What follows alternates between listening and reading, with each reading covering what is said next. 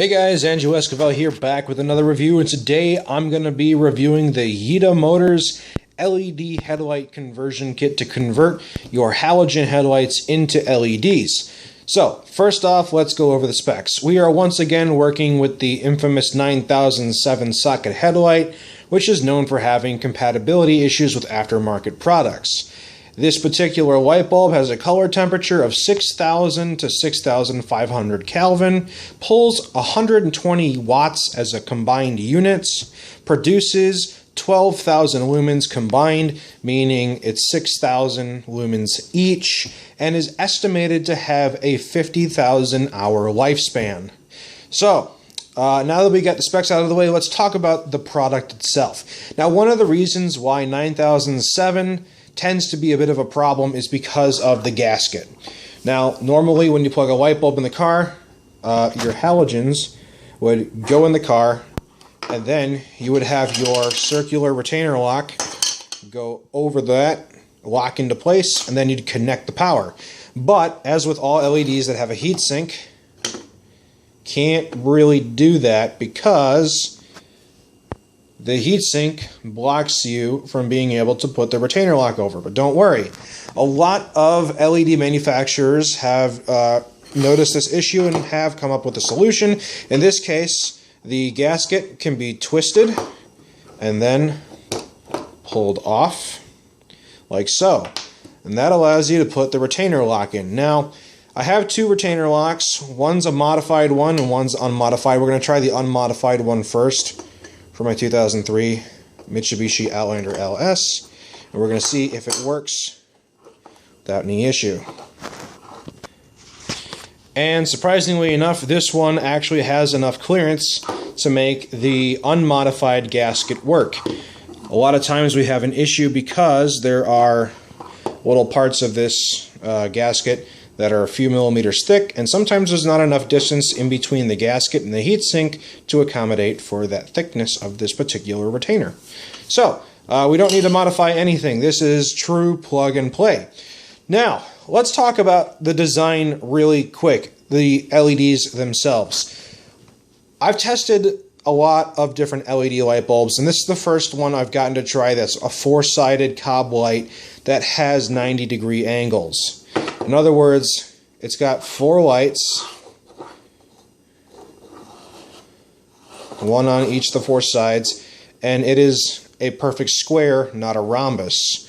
And I've tried the rhombus design ones, and I think it was GP power, and the gasket couldn't come off because it was epoxied in place, so I didn't actually even get to try it because it wouldn't stay in the headlight socket. So this one should be interesting, and the reason why this is interesting is because LEDs have a hard time mimicking a halogen headlight.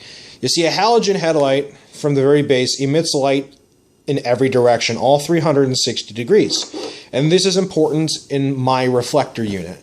My reflector unit was designed for halogens, so it needs that 360 degrees of coverage. Now, a lot of LEDs have only two sides, and they try to compensate with special reflectors on the LEDs themselves instead of utilizing the reflectors in the reflector unit itself. So we're going to see if maybe this design works. Now, a little discrepancy here of information. Before I purchased it, I was told that on the low beams, all four lights light up, and the high beams, all four lights light up. However, I've also gotten information that says on low beams only two of the lights light up, and on high beams all four light up. We're going to find out, and we're going to see. It would be nice if all four lit up all the time and just got brighter on the high beams, but we're going to figure this out. So let's go ahead and install it in the vehicle. Alright, we are here once again at my 2003 Mitsubishi Outlander LS, and right there is where the headlight goes in. It's just as simple as pushing it in, make sure it fits the keying, and then locking it in place with the retainer lock. So let's go ahead and do that. And as you can see, the light is now in place, and it is in the socket, ready to go. And we have the other light right over here because, like I said, we need to see if low beams only turns on half the lights or if only high beams turns on all four. So kind of the same thing I just said right there, but you get the point. Let's go ahead and test this out. Okay, so the lights are on, and I can indeed confirm that only one half of the lights turn on the low beam. It's kind of upsetting, but hey, we're going to see how well it works. So on high beam, all four do light up. I just tested both of them. They seem to be functional. You can hear the fan. So let's get this little guy plugged in and go see how it works in the real world. Okay, so we are looking at the low beams right now on the garage that I used to kind of see if there's any patchy spots or scattered beams, and I'm actually kind of surprised. It might be slightly patchy in some areas, but just barely. Let's try it on high beams with all four lights on all four sides. So that's high beams, low beams, high beams. Okay, I mean, everything looks pretty decent so far, but of course this is not a realistic test, so let's bring it on the road and do the test drive that we do. Alright, so we are on the road that I test every single conversion kit that I get, and we're going to talk about how the lights look going forward. Looking forward, I'm actually really surprised. It seems to be pretty well diffused. I can't readily see any patchy spots or even any scattered beams. And this is low beam, so let's go ahead and turn on high beam. And I'd say high beam is really, really well diffused as well. Now the question, does it throw the distance further down like a halogen in my car does? That's the question. Can it mimic the halogen with throw distance? Well, what we're going to do is drive around the neighborhood, and we're going to go once again to the spot in the neighborhood where there is no assisted light whatsoever. So what I mean by that is, as you can see, we have street lights, and the street lights, although they're not all that bright, are a form of assisted light. So we're going to make sure we get just the headlights going, nothing else, so we can really gauge how well these perform. And as I'm driving down the road, the one thing I immediately notice is, I apologize, my camera just cut out there, but we're going back, continuing where we were. So, like I was saying before, it's not all that bright, which is kind of disappointing for something that claims to be 12,000 lumens. I just don't see it. You know, switching back and forth between the two, you know, even on high beams. But, okay, anywho, we are at the spot where there is no assisted light whatsoever. So, let's take a gander here. Take a look-see at what I'm looking at and think to yourself, is that really bright enough for me to see at night? Honestly, it's not. What about if we turn the brights on, because this is a dark area? The brights, marginally better. I have to hand it to them, though. This design, as far as beam pattern and diffusion goes, I don't think I've ever tested another light bulb that is as good with diffusion as this four-sided cob light, which is pretty interesting. I was thinking to myself, you know, what designs mimic a halogen? And I really thought this would be the one to do it, and it does it really well. Because reflector units are really picky about what kind of lights you throw on them. If they're designed for halogens, a lot of times you're not going to get any better performance than with a halogen. But these mimic a halogen pretty well. So we're going to continue driving And since this is a dark road, I'll keep my high beams on. The throw distance just really isn't all that impressive, which, you know, it's one of those things where a company can claim, you know, a certain brightness as much as they want. But at the end of the day, there's no independent verification to prove how bright any of these lights are. So, unfortunately, I don't have a special meter that can tell me that. I wish I did, otherwise I would tell you exactly the truthful output. This got cars coming. I'm going to put my lights back on low beams, which really are pitiful in terms of their brightness. And what I'm going to do is I'm going to turn on a street that I always turn on, and we're going to go back and forth between the two so you guys can get a good idea of the difference between high and low beam. So, let's go ahead and do that. Turn on this street. This is low beam, high beam. Low beam, high beam.